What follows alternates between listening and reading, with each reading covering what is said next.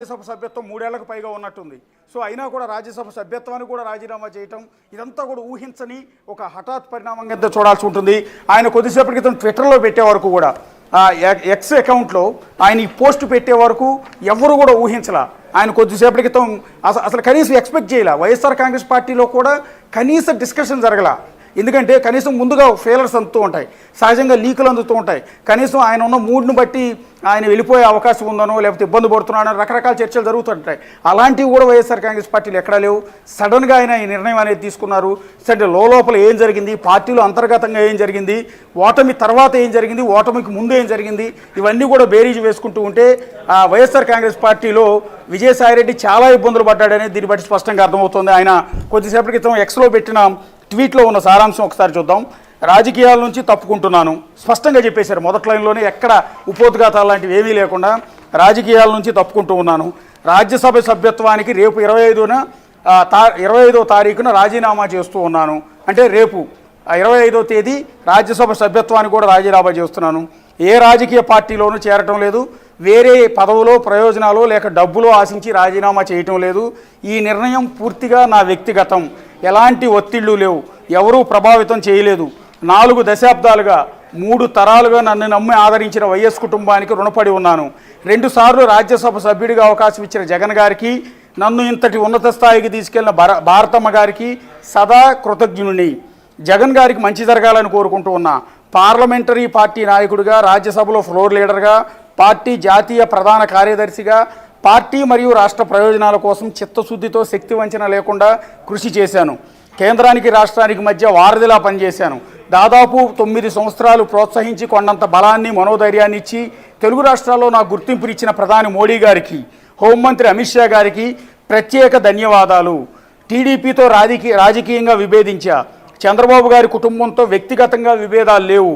పవన్ కళ్యాణ్ గారితో చిరకాల స్నేహం ఉంది. నా భవిష్యత్తు వ్యవసాయం. సుదీర్ఘ రాజకీయ ప్రయాణంలో ఆదరించిన నా రాష్ట్ర ప్రజలకు, మిత్రులకు, సహచరులకు, పార్టీ కార్యకర్తలకి ప్రతి ఒక్కరికి పేరు పేరున హృదయపూర్వక కృతజ్ఞతలు తెలియజేసుకుంటున్నాను. ఇందులో కీ పాయింట్ ఏంటంటే రాజీనామా చేయటం, రాజ్యసభ సభ్యత్వానికి రాజీనామా చేయటం, పార్టీ నుంచి బయటకు వెళ్ళిపోవటం, వేరే పార్టీలో చేరాలంటాం, ఇదంతా కూడా ఓకే రొటీనే. కానీ ఇందులో ట్విస్ట్ ఏంటంటే పార్లమెంటరీ పార్టీ నాయకుడిగా, రాజ్యసభలో ఫ్లోర్ లీడర్గా, పార్టీ జాతీయ ప్రధాన కార్యదర్శిగా, పార్టీ మరియు రాష్ట్ర ప్రయోజనాల కోసం చిత్తశుద్ధితో శక్తి వంచన లేకుండా పనిచేశాను. ఆయన పనిచేసిందని చెప్పుకోవడం తప్పేం లేదు. ట్విస్ట్ ఏంటంటే, ఇంట్రెస్టింగ్ ఎలిమెంట్ ఏంటంటే, దాదాపు 9 సంవత్సరాలు ప్రోత్సహించి కొండంత బలాన్ని మనోధైర్యాన్ని ఇచ్చి తెలుగు రాష్ట్రాల్లో నాకు గుర్తింపునిచ్చిన ప్రధాని మోడీ గారికి, హోంమంత్రి అమిత్ షా గారికి ప్రత్యేక ధన్యవాదాలు అనేదే ఇక్కడ అసలైన ట్విస్టు, అసలైన సంచలనం అని చెప్పాల్సి ఉంటుంది. ఎందుకంటే ఆయన మొదటి నుంచి పనిచేసింది పార్టీ ఆవిర్భావం నుంచి ఉన్నది వైఎస్ఆర్ కాంగ్రెస్ పార్టీ. వైఎస్ ఫ్యామిలీతో ఉన్నారు, జగన్తో పాటు ఉన్నారు. అలాంటి వ్యక్తి ఈ ట్విస్ట్ ఏంటంటే 9 సంవత్సరాలు ప్రోత్సహించి కొండంత బలాన్ని ఇచ్చి మనోధైర్యాన్ని ఇచ్చి తెలుగు రాష్ట్రాల్లో నాకు గుర్తింపునిచ్చిన ప్రధాని మోడీ గారికి, హోంమంత్రి అమిత్ షా గారికి ప్రత్యేకమైన ధన్యవాదాలు అంటాం. అంటే బేసిక్గా ఆయన ఉన్న పార్టీ వేరు, బీజేపీ నేషనల్ పార్టీ. ఈ 2 పార్టీలకి సంబంధాలు కూడా లేవు. ఓకే, పైన మద్దతు ఇస్తే ఇచ్చి ఉండొచ్చు ఏదైనా బిల్లుల విషయాల్లో, అంతేగాని అది అపోజిషన్. ఆ పార్టీ వేరు, ఈ పార్టీ వేరు. అలాంటిది మోడీకి, అమిత్ షాకి ధన్యవాదాలు చెప్పడం ద్వారా ఏ సిగ్నల్ ఇవ్వాలనుకుంటున్నారు? 9 సంవత్సరాల పాటు రాజకీయాల్లో గుర్తింపునిచ్చింది, ఆయనకు పదవులు ఇచ్చింది, ఆయనకి ఐడెంటిటీ అనేది ఇచ్చింది వైఎస్ఆర్ కాంగ్రెస్ పార్టీ. ఆ పార్టీని కాదని బీజేపీ ఆయన గుర్తింపునివ్వటం అనేది ఇక్కడ అసలైన ట్విస్ట్ అని చెప్పాల్సి ఉంటుంది. ఇక రెండోది, టీడీపీతో రాజకీయంగా విభేదించా. సహజంగా ఎవరు రాజీనామా చేసినా రాజకీయాల నుంచి తప్పుకున్నా కూడా ఇదే రకమైన కామెంట్ చేస్తారు, తప్పేం లేదు. చంద్రబాబు గారి కుటుంబంతో వ్యక్తిగతంగా విభేదాలు లేవు. పవన్ కళ్యాణ్ గారితో చిరకాల స్నేహం ఉంది. సో ఇదంతా చంద్రబాబు నాయుడిని కొంత కొనియాడే ప్రయత్నం చేయటం, పవన్ కళ్యాణ్తో నాకు సంబంధాలు ఉన్నాయని చెప్పడం, ఇదంతా కూడా ఒక ఊహించని పరిణామం. సో ఇప్పుడు ఎందుకు ఇంత సంచలనమైన అశోక్, ఇక్కడ మనం చూసుకుంటే ఇటు మీరన్నట్లుగా అంటే ట్వీట్లో మొత్తం కూడా ఇటు మోడీకి కానివ్వచ్చు, అమిత్ షా కానివ్వచ్చు, అలాగే చంద్రబాబుకి, పవన్ కళ్యాణ్కి వీళ్ళ పేర్లు మాత్రమే మెన్షన్ చేశారు. ఇటు పార్టీకి సంబంధించి వైఎస్ జగన్ పేరు కానీ అలాగే రాజశేఖర రెడ్డి పేరు కానీ ఎక్కడా ప్రస్తావించలేదు. అంటే దీన్ని బట్టి మనం ఏమర్థం చేసుకోవాలంటారు అశోక్? ఎస్, అది ఎవరు కూడా ఊహించని విషయం. అయితే గత కొద్ది కాలంగా వైఎస్ఆర్ కాంగ్రెస్ పార్టీలో ఇబ్బందులు పడుతున్న మాట వాస్తవం. ఎందుకంటే గతంలోనే వైజాగ్లో వైఎస్ఆర్ కాంగ్రెస్ పార్టీ ఇన్ఛార్జిగా ఉన్న సమయంలో ఆయన మీద భూ కబ్జా ఆరోపణలు వచ్చాయి, అనేక అలిగేషన్స్ వచ్చాయి. ఆ తర్వాత జగన్ సంచలనమైన నిర్ణయం తీసుకుని ఆయన ఆ పదవి నుంచి తప్పించారు. తప్పించి విజయవాడకు వచ్చి పార్టీ కోసం పనిచేయమన్నారు. అప్పటి నుంచి కూడా జగన్కి విజయసాయిరెడ్డికి మధ్య సంబంధాలు అంతంత మాత్రంగానే ఉన్నాయి. ఒక విధంగా చెప్పాలి అంటే అంతకుముందు ఉన్నంత ఆ స్నేహం లేదు. ఈలోపే సజ్జల రామకృష్ణారెడ్డి ఎంటర్ అయ్యారు. సజ్జల రామకృష్ణారెడ్డి పార్టీ సలహాదారుగా ఒక చిన్న పోస్టుతో ఎంటర్ అయ్యి ఆ తర్వాత పార్టీ మొత్తం తనదే అన్నట్టుగా, సకల శాఖ మంత్రిగా అన్నట్టుగా, జగన్ తర్వాత తానే నంబర్ 2 అన్నట్టుగా పార్టీ మొత్తంలో ఎదిగిపోయారు. ఎదిగిపోయిన క్రమంలో విజయసాయిరెడ్డిని తొక్కటానికి సజ్జల రామకృష్ణారెడ్డిని పైకి లేపారన్న ప్రచారం కూడా ఆ పార్టీలో ఉంది. సో అన్నీ తానై వ్యవహరించిన జగన్ తర్వాత నిర్ణయాలు తీసుకోవడంలో కావచ్చు, వాటిని అమలు చేయడంలో కావచ్చు, ఎవరికి పదవులు కావాల్సి వచ్చినా, టికెట్లు కావాల్సి వచ్చినా, ఇంకోటైనా అంతా కూడా సజ్జల చేతిలోనే జరిగింది గత 5 ఏళ్ళు కూడా. అలాంటిది విజయసాయిరెడ్డి జీరోగానే ఉండిపోయారు. ఒక విధంగా చెప్పాలంటే పార్టీతో అంటీ ముట్టనట్టుగానే ఉండిపోయారు. ఆ తర్వాతే ఆయనతో ఎండోమెంట్ కమిషనర్ శాంతితో సంబంధాల విషయంలో కొంత వివాదం చెలరేగటం, దాని నుంచి బయటపడే ప్రయత్నం చేయటం, ఆ తర్వాత రకరకాల అలిగేషన్స్ ఆయన మీద వచ్చాయి. ఆయన అరబిందో కంపెనీకి సంబంధించిన శరత్చంద్రారెడ్డి సోదరుడు, విజయసాయిరెడ్డికి స్వయాన అల్లుడు. ఈ నేపథ్యంలో లిక్కర్ కేసులో శరత్చంద్రారెడ్డి అరెస్ట్ కావటం, అది కూడా విజయసాయిరెడ్డికి మెడకు చుట్టుకోవటం, ఆ తర్వాత ఆంధ్రప్రదేశ్లో జరిగిన అనేక అవినీతి అక్రమ కేసులో విజయసాయిరెడ్డి పేరు పదే పదే రావటం, ఆ సందర్భంలో కూడా వైఎస్ఆర్ కాంగ్రెస్ పార్టీ ఆయనకు అండగా ఉన్నట్టు ఎక్కడ కూడా లేదు.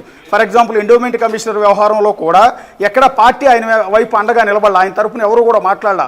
వీటన్నిటి నేపథ్యంలో ఆయన మనసు బాగా ఇబ్బంది పడినట్టుగానే, అందుకని పార్టీకి అంటిముట్టినట్టుగానే ఆయన వ్యవహరిస్తూ వస్తున్నారు. ఇక అంతేకాకుండా తారకరత్న ఎన్టీఆర్ ఫ్యామిలీకి సంబంధించిన ఎన్టీఆర్ మనవడు తారకరత్న చనిపోయిన సందర్భంలో విజయసాయిరెడ్డి అన్నీ తానై అక్కడ వ్యవహారం అంతా కూడా చక్కబెట్టే ప్రయత్నం చేశారు. ఎన్టీఆర్ ఫ్యామిలీ కంటే కూడా విజయసాయిరెడ్డి తారకరత్న ఇంట్లో ఉండి కార్యక్రమం అంతా కూడా చేశారు. ఎందుకంటే ఆ విజయసాయిరెడ్డికి తారకరత్న భార్యకి దగ్గర బంధుత్వం ఉన్న నేపథ్యంలో ఆయన దగ్గరుండి కార్యక్రమం అంతా చేశారు. అదే సందర్భంలో తారకరత్న చనిపోయినప్పుడు అక్కడికి వచ్చిన చంద్రబాబు నాయుడుతో కావచ్చు, లోకేష్తో కావచ్చు, విజయసాయిరెడ్డి సన్నిహితంగా ఉండటం, చంద్రబాబు నాయుడు విజయసాయిరెడ్డి పక్కపక్కనే సోఫాలో కూర్చుని ఉండటం, వీటన్నిటి నేపథ్యంలో పార్టీలో వైఎస్ఆర్ కాంగ్రెస్ పార్టీలో విపరీతమైన చర్చ జరిగింది. ఎలా అంటే మనకి శత్రువుగా భావించే తెలుగుదేశం పార్టీ వాళ్ళతో, చంద్రబాబు నాయుడుతో విజయసాయిరెడ్డి అంత చనువుగా ఎలా ఉంటాడు, ఎలా కూర్చుంటాడు అన్న చర్చ జరిగింది. అప్పటి నుంచే గ్యాప్ వచ్చిందన్న ప్రచారం కూడా ఉంది.